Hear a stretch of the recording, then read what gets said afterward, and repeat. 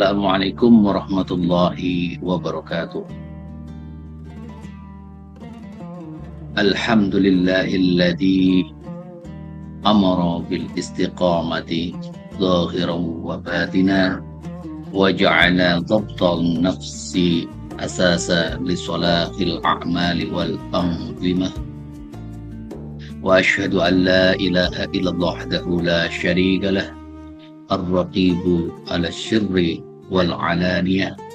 Wa ashhadu anna sayyidana Muhammadan abduhu wa rasuluh alladhi da'a ila muraqabatillahi fi kulli hal. Rabbi shrah li sadri wa yassir li amri wa hlul 'uqdatam min lisani yafqahu qawli, amma ba'd.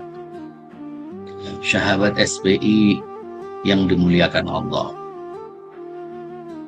pada kasih ini kita akan mencoba membahas tentang pengendalian internal dari SOP ke self-control.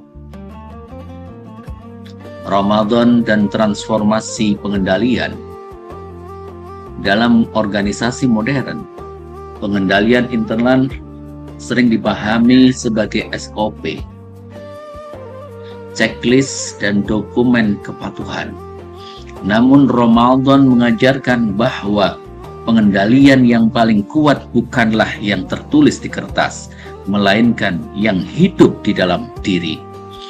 Puasa melatih self-control, pengendalian diri yang bekerja bahkan saat tidak ada pengawasan.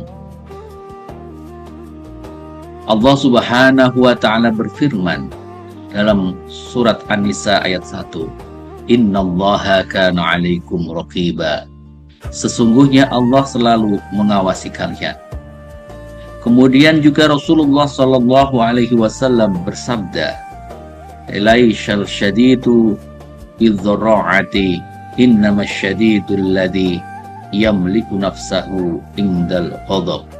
Yang artinya orang kuat bukanlah yang menang bergulat, tetapi orang kuat adalah yang mampu mengendalikan diri ketika marah. Hadis riwayat Bukhari dan Muslim.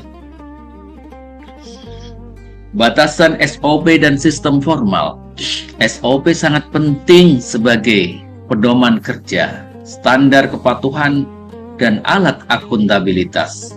Namun SOP memiliki keterbatasan, tidak mampu mengawasi niat, tidak bisa mencegah manipulasi jika integritas lemah, tidak efektif tanpa komitmen moral pelaksana. Disinilah Ramadan memberikan pelajaran. Aturan tanpa kesadaran hanya melahirkan kepatuhan semu. Puasa sebagai sekolah self-control. Puasa adalah latihan pengendalian diri paling nyata. Tidak makan dan minum meski tidak diawasi, menahan amarah meski diprovokasi, menjaga lisan meski ada kesempatan melanggar. Nilai ini sangat relevan bagi pengendalian internal. Auditor dan pelaksana sistem harus memiliki kontrol batin yang melengkapi kontrol formal. Self-control sebagai inti pengendalian internal efektif. Self-control melahirkan kejujuran tanpa paksaan, kepatuhan tanpa ancaman, tanggung jawab tanpa pengawasan ketat.